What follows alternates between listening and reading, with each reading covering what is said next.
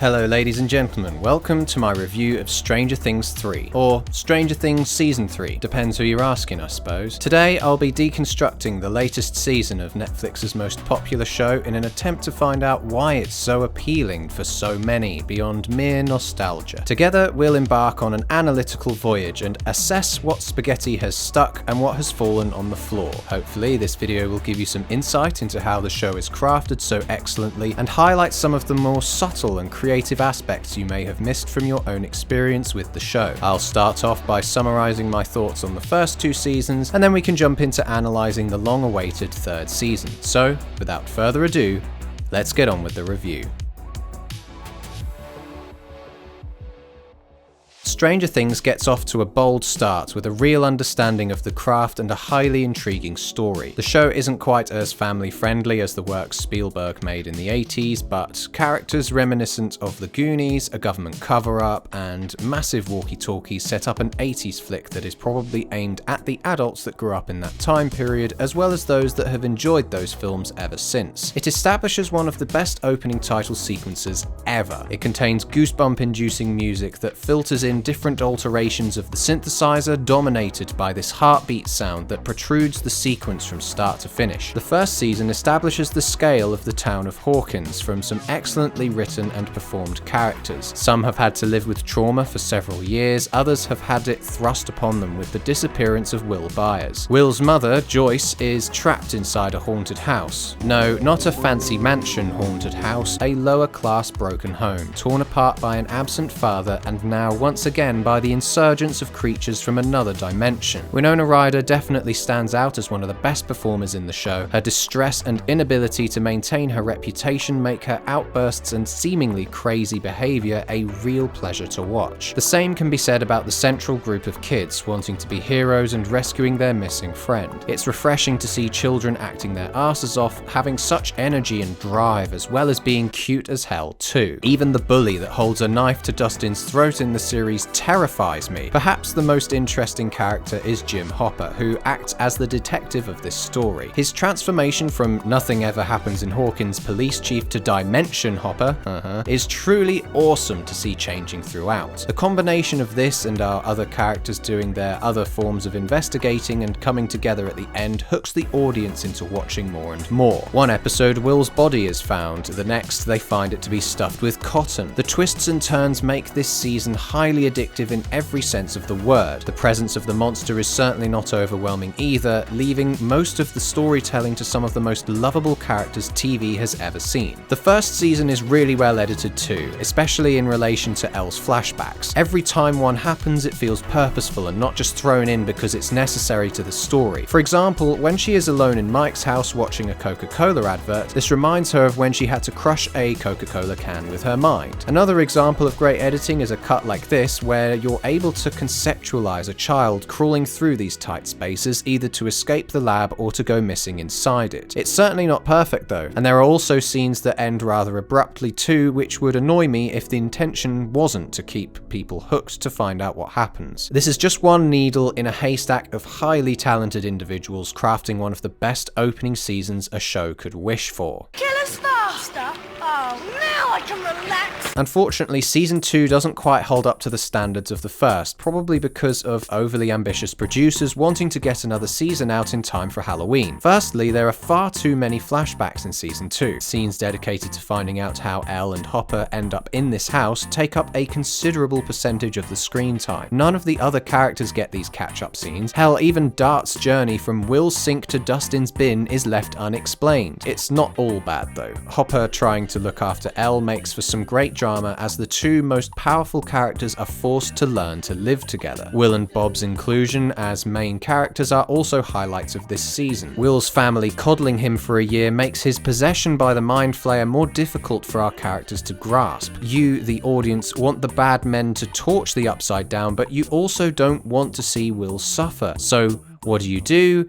You sedate him multiple times as though it's that simple to do. Bob stands out as being the only character that doesn't have a connection to Will and makes his death more emotional to the audience as a result. What's more horrifying is that the placement of the dogs over his corpse matches the shape of the Demogorgon's mouth. There's definitely more focus on the monsters in this season, and the Mind Flayer taking over Will was a truly horrifying moment, alongside Dart growing Zygarde style from slug to dog. Hopper needing rescuing pleased me immensely too, as he's once again challenged for getting too ahead of himself. I'd complain about it being too similar to the first season if it wasn't for the inclusion of Dig Dug, a game that parallels the actions of Hopper going underground looking for monsters to kill. I also liked that the main group dynamic was in flux with the introduction of Max. Instead of having too few team members like the first season, there are now too many. Max is a very welcome character in my opinion, and her conflict with her stepbrother made for great drama too. Sadly, the same can't be said for some of our remaining characters. Nancy and Steve continued their crisis of integrity from last season, and she just rebels away from him and goes off with Jonathan again. The situation improved when Murray gets put into the picture though, and I like that he lifted Jonathan and Nancy's storyline out of irrelevance. Joyce also has the same thing going on in season 2, with her house being cluttered up with shit all over her walls, but her performance carries her well, even if her character is just doing more of the same thing. I would be remiss if I didn't mention the elephant in the room also, 8 and her crew of weirdos. None of them were likable or interesting, and their only goal I could identify was killing criminals. If it's as simple as that, the whole group should just Ann Hero right now if that's the only rule they're playing by. In theory, this should be the episode that Elle is challenged or changed in some way, like Luke in Empire Strikes Back, but instead she just gets a new haircut, which only lasts until the end of the season anyway. Season 2 felt less mysterious than the first, which is kinda to its detriment. Had all of the stuff with Will and Dart not taken place, or even the inclusion of Max and Billy, this season would have been quite uninteresting. It's still passable for Stranger Things though, there's loads of great things in here,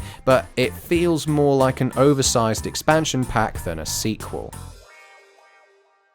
Season 2 took a while to get going, but the first 2 episodes of Season 3 do a tremendous job of welcoming us back into the lives of the main characters and the town at large. The focus on the town makes Season 3 stand out amongst the others due to the lack of exploration into the Upside Down. Instead, it is replaced with the hugely significant Starcourt Mall and the massive Russian base hidden away underneath. For starters, the mall just looks amazing, and the location plays a pivotal role in the grander narrative. It's also a good way of slapping social commentary into the mix too. Joyce now has to deal with cutbacks in the business she works for on the high street, a place forgotten with the opening of a new shopping centre. This resonates with modern day concerns about online shopping replacing the high streets and how local businesses will survive with ever steepening competition from companies like Amazon. I couldn't keep my optimism up for this new location for very long though, as it slowly felt like a giant advert for companies like JCPenney, Gap and Burger King. Another modern concern that's far more on the nose than the high streets closing is that of Russian infiltration. At face value, it presents an 80s end of the Cold War vibe, when the USSR and its people were the boogeyman of the time, creating this rather cheesy antagonistic force that plagues the characters throughout the series. On the flip side, it strikes a nerve with modern audiences, with the claims of Russian interference in the 2016 presidential election still being investigated today. The gap between this season and the last is significantly larger, with another year going by since the death of Bob and the possession of Will. Firstly, we have Joyce choosing not to date Hopper, even though that's what we all want, wishing instead to honour Bob's memory and the sacrifice he made. We desperately want her to move on. Shots of her eating dinner alone with a glass of wine evoke emotions such as these, and it's having a knock-on effect for Hopper too. His diet has gone out the window, and living as the sole carer of Elle is taking its toll too. He can't use his invincible cop approach when dealing with teenagers, taking cues from Joyce on how to deal with them. All of his prep was adorable, but when push came to shove,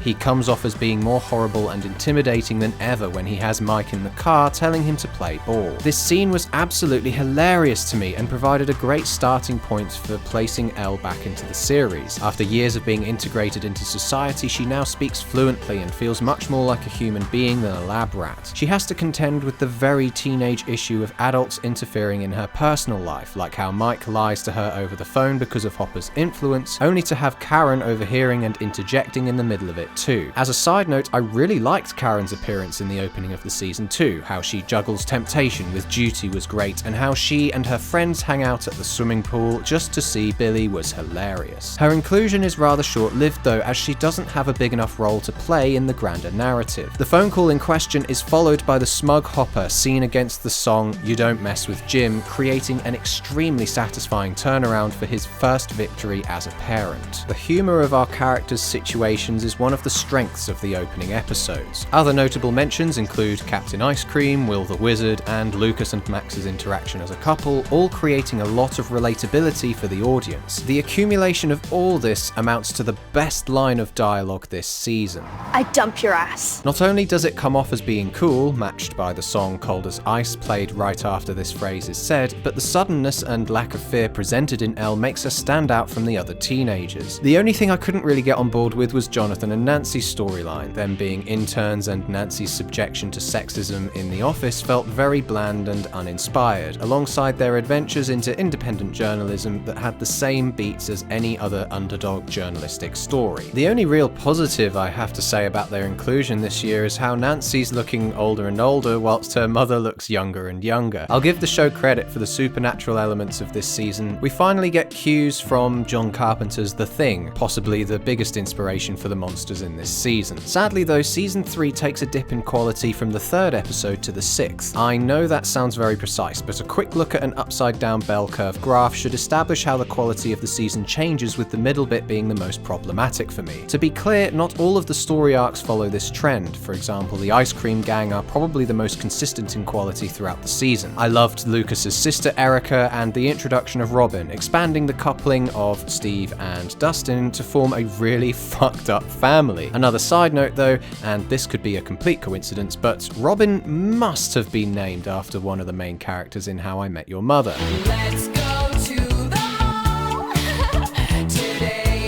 The problem with this middle bit stems from a dependence on the prior seasons and inconsequential events that don't have any real payoff. Let's start off with season 3's continued insistence on using flashbacks. I get that not everyone's got the time to rewatch 16 hours worth of Stranger Things all over again, but we're not dealing with broadcast TV anymore. I'd understand if the episodes came out weekly, but they don't. We can rewatch all this stuff anytime we like, which I think many people like myself take advantage of. And this works in Netflix's favour too, so I'm confused why these flashbacks take up so much of the screen time. We have characters whose actions are inconsequential, making it feel like the whole cast of characters have some serious plot and responsibility immunity. Will, for example, doesn't have much to do this year aside from getting goosebumps repeatedly and essentially acting as the mind flayer detector. It was nice that he didn't share the same enthusiasm for girls like his friends do, but I just wanted him to be more involved considering his importance in the story. Elle is another example,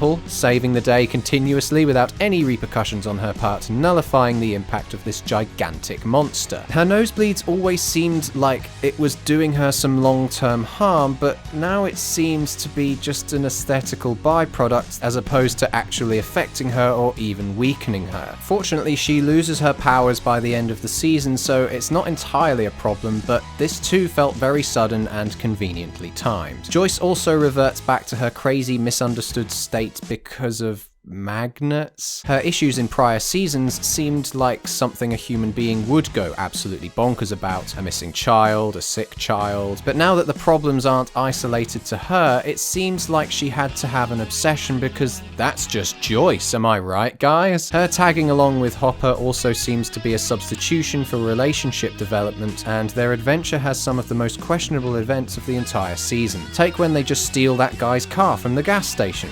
Why?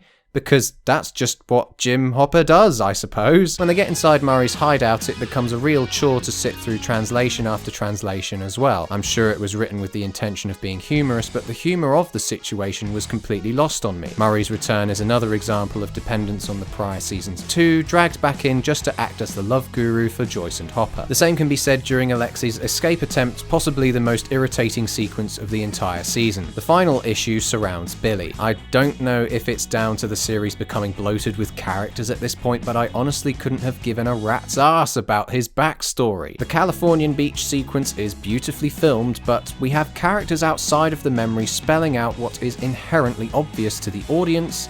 It's Billy. It's California. It's memory. Mixed up with some really bad child acting and a scenario that seems absurdly generic. It's an attempt to make us care for this character that will die in the next episode, but I distinctly remember thinking that if Billy died at the end of the very first episode of the season, I would be really happy. I start the second episode and find they're still clinging on to him for the purpose of establishing the Mind Flayer's next big evil plan, but I couldn't tell if it was specifically his troubled upbringing that made Billy the perfect first victim, or if they just needed a reason for why Billy was such a cock, which was established in season 2 anyway, so it all seems a bit pointless too. Fortunately, things returns to the sublime quality we all know and love in the final 2 episodes. We kick off with Robin and Steve being high as hell, which goes from side-splittingly hilarious to absolutely incredible by the end of episode 7. The pair of them watching and discussing Back to the Future was absolutely stellar, and ends up having hilarious repercussions in the epilogue of the following episode. The way that the Back to the Future music becomes non-diegetic for dramatic and comedic effect was amazing too. The way the editors cut from vomiting to a spinning ride at the carnival was genius, and then to have this disgusting blob of Mind Flayer being put in the center of the frame and cutting back to vomit being washed away was excellent too. This correlates with the sickeningly cute conversation the pair then have about love. Steve confessing his attraction to Robin was so deserved, considering their bonding over the whole season was spectacular to watch, especially because right afterwards Robin confesses to being attracted to somebody else. Steve's assumption that she would be attracted to him backfires right in his face, because him thinking that all girls are attracted to him in school clouds his judgment. Not all women like him, and not all women like men. This plot twist was so perfect, considering I was more than happy for these two to become an item, but then for it to turn around so suddenly and that they remain close friends despite these two very sensitive confessions was some really great character development. Steve is definitely on his way to having a redemption arc, so I'm going to guess he'll get back with Nancy at some points in a later season. At the carnival, things start to liven up because at long last Murray doesn't need to translate, and we actually get a subtitled conversation between him and Alexei about the 4th of July. Alexei's childish obsession with Slurpees pays off in these scenes as he's filled with glee at the bright colours and the excitement of throwing your money away for a quick bit of fun. His Soviet societal training clearly hasn't given him much to be patriotic about, probably having more fun in these moments than in his whole life, which makes his death all the more upsetting, especially for Murray, who probably has never had a friend in his life until now. The corn dog dance, the glee of winning a stall, all ruined by Comrade Fuckface. Returning to the mall, Elle once again saves the day, getting rid of the Russians that were out to kill Dustin and crew, only to be left writhing in pain from her bite. Because Elle hasn't been left unscathed, I'm far happier to see this wound mutating and moving around, and it was gut-wrenching to watch her remove it too. Later on, the monster comes crashing through the ceiling, where we're finally able to see it in its full glory. I have to say that as far as monsters go, this thing is impressive to behold. They really got to show off a nightmare that sadly only looks great and doesn't seem to emit enough power to make it as terrifying as it should be. Mrs. Driscoll was the only notable character to be integrated into the beast, and let's be fair, it's not like she would have been missed anyway. Early on in the season as well, Nancy gets seriously cornered by the monster in the hospital. Instead of the beast doing something truly horrific, it just throws her into the wall. I think they must have been nodding to this flaw in the story when the monster starts throwing corpses around the mall, searching for the gang, instilling fear into Nancy most of all. It was nice how the show was also nodding to Jurassic Park and Alien by having this mouth extension peering around the corners trying to hunt out the children. Little human children,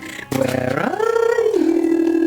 There was also a rather obvious nod to the Terminator through the biggest Russian thug, a foreign entity with big muscles and the most obvious haircut in the world, coming to ruin a potential lover's relationship for the long term. And the nods don't stop there. The Terminator's fight with Hopper is seriously reminiscent of Indiana Jones's fight with that big foreign brute in Raiders of the Lost Ark. This final episode is without a doubt the biggest homage to the 80s of all the episodes, and it achieves what the showmakers set out to achieve extremely effectively. The finale family's deus ex machina reveals itself as Susie, the girl Dustin was trying to contact in episode 1. I really liked this because I'd firstly forgotten all about her, despite an episode being titled after her, but also because I thought it was just some throwaway what Dustin's been up to plot device that would make Will, Mike and Lucas go off hanging out with him. They are so cute singing Neverending Story. Had they not had the camera pass by the clarinet and music sheets, I would have moaned about them harmonizing, but they actually didn't ruin the song either. It acted as a very well-deserved cool-down period from this very hectic scenario that's been playing out for most of the episode. All the reactions from the miserable adults were very comical too. Back at the mall, the characters throw fireworks at the monster because apparently they didn't have enough time to figure out how to kill it in the intervening episodes, but it looks flipping cool. Unfortunately, we still had to linger on Billy's boring backstory just to jumpstart this slow motion sequence. I'm willing to put money on him diving into the Upside Down as a quicker means of escaping an explosion. This would explain why the Russians have a Demogorgon and an American locked up in cells in the after-credits scene, but I wouldn't be surprised if this was a red herring either, or at least I'd like it to be. The other notable thing about the epilogue,